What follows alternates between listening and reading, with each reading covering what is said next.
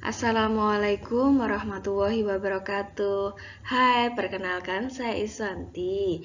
Di sini saya akan sedikit memberikan ilmu mengenai sejarah kelahiran Pancasila. Oke, apa sih yang kalian ketahui tentang Pancasila itu sendiri? Yuk kita simak yuk. Pancasila adalah secara harfiah, Pancasila dapat dijabarkan dalam dua kata, yaitu panca dan sila. Panca yang berarti 5 dan sila yang berarti dasar. Jadi, pengertian Pancasila adalah 5 dasar negara Indonesia. Kemudian, apa yang menjadi latar dari sejarah kelahiran Pancasila? Jadi sejak dulu nenek moyang bangsa Indonesia itu sudah mengenal akan adanya nilai-nilai ketuhanan, kemanusiaan, persatuan, kerakyatan, hingga keadilan sosial. Kemudian ada bangsa-bangsa Eropa yang datang ke Indonesia. Hal itu menyebabkan juga Indonesia itu pernah dijajah oleh bangsa-bangsa di dunia, salah satunya bangsa Eropa. Kemudian pada saat itu ada Perang Dunia Kedua. Jepang kalah oleh sekutu sekitar tahun 1944. Saat itu bangsa Indonesia juga dijajah loh oleh bangsa Jepang. Ya, kemudian pada saat itu Jepang mengalami kekalahan dari pihak sekutu. Akhirnya Jepang meminta bantuan kepada pihak Indonesia dengan meyakinkan bangsa Indonesia tentang kemerdekaan yang dijanjikannya dengan membentuk badan yang disebut dengan BPUPKI. Kemudian nanti secara rinci saya akan menjelaskan di slide selanjutnya. Jadi BPUPKI ini badan bentukan oleh Jepang. Pada saat itu Jenderal Kumaichi Harada itu sebagai komandan pasukan Jepang untuk Pulau Jawa pada tanggal 1 Maret 1945 mengumumkan pembentukan adanya BPUPKI. Kemudian pada tanggal 29 April 1945 BPUPKI secara resmi diresmikan. Kemudian bagaimana juga proses perumusan dari Pancasila? Ya, jadi seperti yang saya jelaskan tadi, BPUPKI adalah Dokuritsu Zunbi Chosakai, karena ini badan bentukan Jepang. Ya, ini bertujuan yaitu atau artinya yakni Badan Penyelidik Usaha-usaha Persiapan Kemerdekaan Indonesia. Badan ini sidang pertamanya yaitu pada tanggal 29 Mei 1945 sampai 1 Juni 1945 yang membahas mengenai dasar negara. Kemudian selanjutnya sidang kedua yaitu pada tanggal 10 sampai 17 Juli tahun 1945 membahas mengenai rancangan Undang-Undang Dasar. Kedua sidang dari BPUPKI ini yaitu bertempat di Gedung Chosangin. Gedung Chosangin ini sekarang dikenal dengan nama Gedung Pancasila. Berikut adalah tokoh-tokoh dari BPUPKI. Yang pertama ketuanya yaitu Dr. Kanjeng Raden Tumenggung Rajimanwedyo Diningrat. Ya, yang kedua yaitu wakilnya ada utusan dari bangsa Jepang yaitu Ichibagase Yoshio. Kemudian ada Raden Panji Suroso. Oke, tokoh atau anggota dari BPUPKI kurang lebih ada 60 orang. Kemudian ditambah dengan anggota 7 perwakilan dari Jepang. Jadi kurang lebih ada 67 perwakilan. Tugasnya apa sih BPUPKI? Ya, BPUPKI bertugas mempelajari dan menyelidiki hal-hal yang bersifat dengan aspek-aspek politik ekonomi, tata pemerintahan, serta hal lain yang dibutuhkan untuk persiapan kemerdekaan Indonesia. Di bawah pojok kanan kalian bisa lihat, ini salah satu bentuk foto atau dokumentasi pada waktu sidang BPUPKI. Kemudian, ini juga ada foto dokumen mengenai susunan anggota dari nama-nama BPUPKI tadi pada sidang pertama. Kurang lebih yaitu ada 60 orang. Ya, salah satunya ada Insinyur Soekarno, ada Mr. Muhammad Yamin, kemudian ada Ki Bagus Hadikusumo, Kiai Haji Dewantoro, kemudian ada Ahmad Subarjo, dan sebagainya. Salah satu tokoh yang mengemukakan pendapat pada sidang BPUPKI yang pertama yaitu Mr. Muhammad Yamin. Mr. Muhammad Yamin ini mengeluarkan pendapatnya pada tanggal 29 Mei 1945. Beliau mengusulkan mengenai rancangan dasar negara Indonesia. Ada dua usulan yang diberikan oleh Mr. Muhammad Yamin, usulan secara lisan dan juga usulan secara tertulis. Untuk usulan secara lisan yaitu sebagai berikut. Yang pertama, ada peri kebangsaan, kedua, peri kemanusiaan, yang ketiga, peri ketuhanan, keempat, peri kerakyatan, dan yang kelima yaitu kesejahteraan rakyat. Kemudian usulan yang secara tertulis beliau menyampaikan sebagai berikut. 1. Ketuhanan yang Maha Esa. 2. Kebangsaan Persatuan Indonesia. Ketiga, rasa kemanusiaan yang adil dan beradab. 4. Kerakyatan yang dipimpin oleh hikmat kebijaksanaan dalam permusyawaratan atau perwakilan.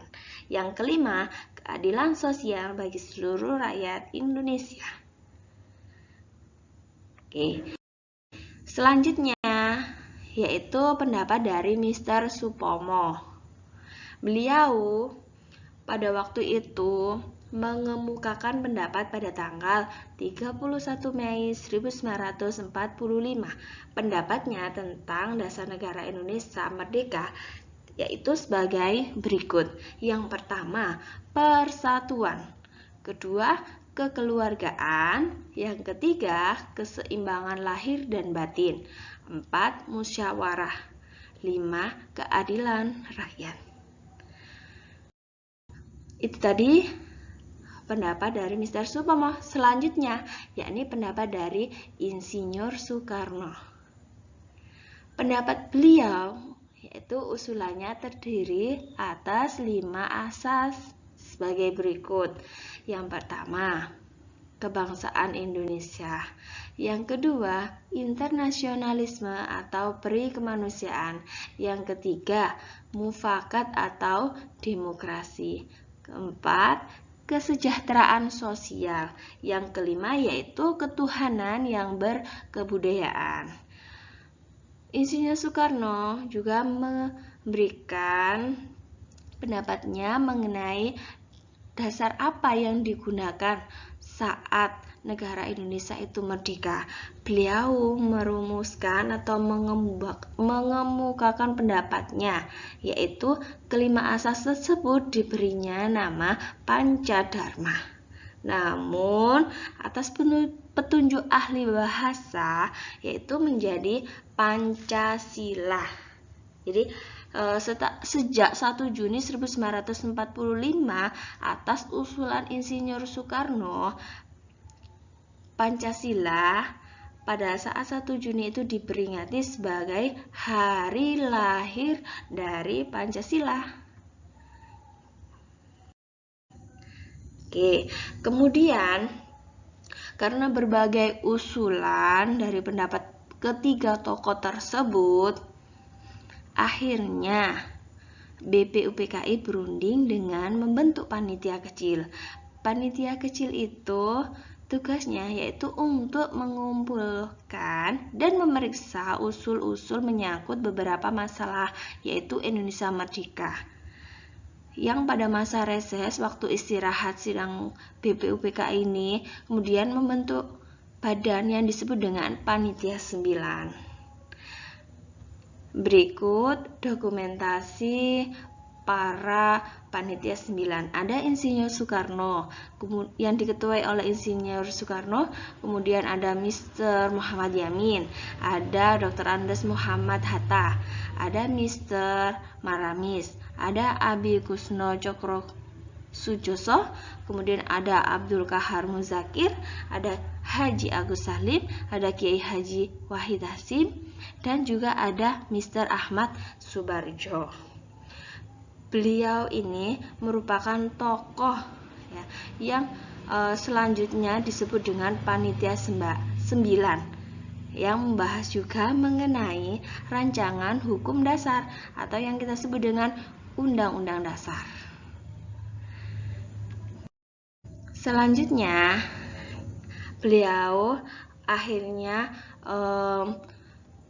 karena Panitia 9 itu adanya hal-hal yang penting yang dihasilkan, ya, yaitu Insinyur Soekarno memberikan nama Mukadimah. Nama lain dari Piagam Jakarta itu, dari pendapat Insinyur Soekarno itu Mukadimah. Kemudian ada pendapat lain dari Mr. Muhammad Yamin, yaitu Piagam Jakarta.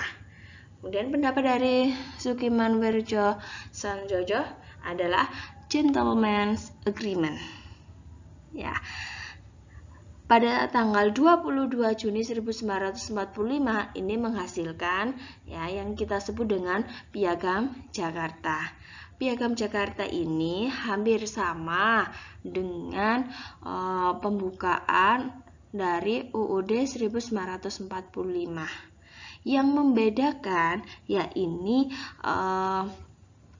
ada beberapa kalimat dalam paragraf keempat, yaitu yang berbunyi mengenai ketuhanan dengan kewajiban menjalankan syariat Islam bagi pemeluk-pemeluknya. Berikut rumusan dasar negara dalam alinea keempat naskah Piagam Jakarta secara otentik. Ya, yang pertama yaitu ketuhanan dengan menjalankan syariat Islam bagi pemeluknya. Yang kedua, kemanusiaan yang adil dan beradab.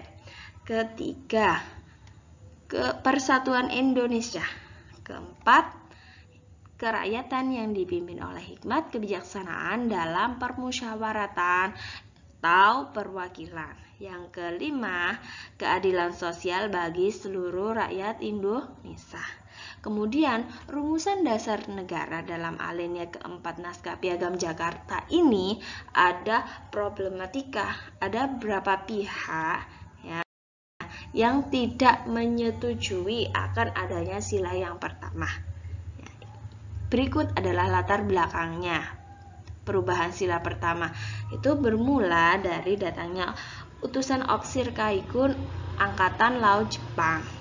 Ya, mereka memberitahukan bahwa wakil-wakil Protestan dan Katolik itu merasa keberatan loh dengan bagian kalimat rumusan dasar negara sila pertama. Ya, karena keberatan. Pada sebelum sidang PPKI dimulai, Muhammad Hatta, Ki Bagus Hadikusumo, Kiai Haji Wahid Hasim, Mr. Kasman Singodimejo, dan Mr. Tengku Muhammad Hasan itu mengadakan suatu rapat agar bangsa Indonesia nantinya tidak terpecah belah. Yang diubah adalah sila pertama yang semula berbunyi ketuhanan dengan menjalankan syariat Islam bagi pemeluk-pemeluknya menjadi ketuhanan yang Maha Esa. Pada sidang PPKI tanggal 18 Agustus 1945 itu disahkannya Pancasila sebagai dasar negara Indonesia. Ya, ini berikut lambang dari negara kita, ya, yaitu burung Garuda. Di dalam lambang negara Indonesia itu juga ada beberapa lambang mengenai Pancasila. Untuk sila pertama yaitu ketuhanan yang Maha Esa dilambangkan dengan bintang.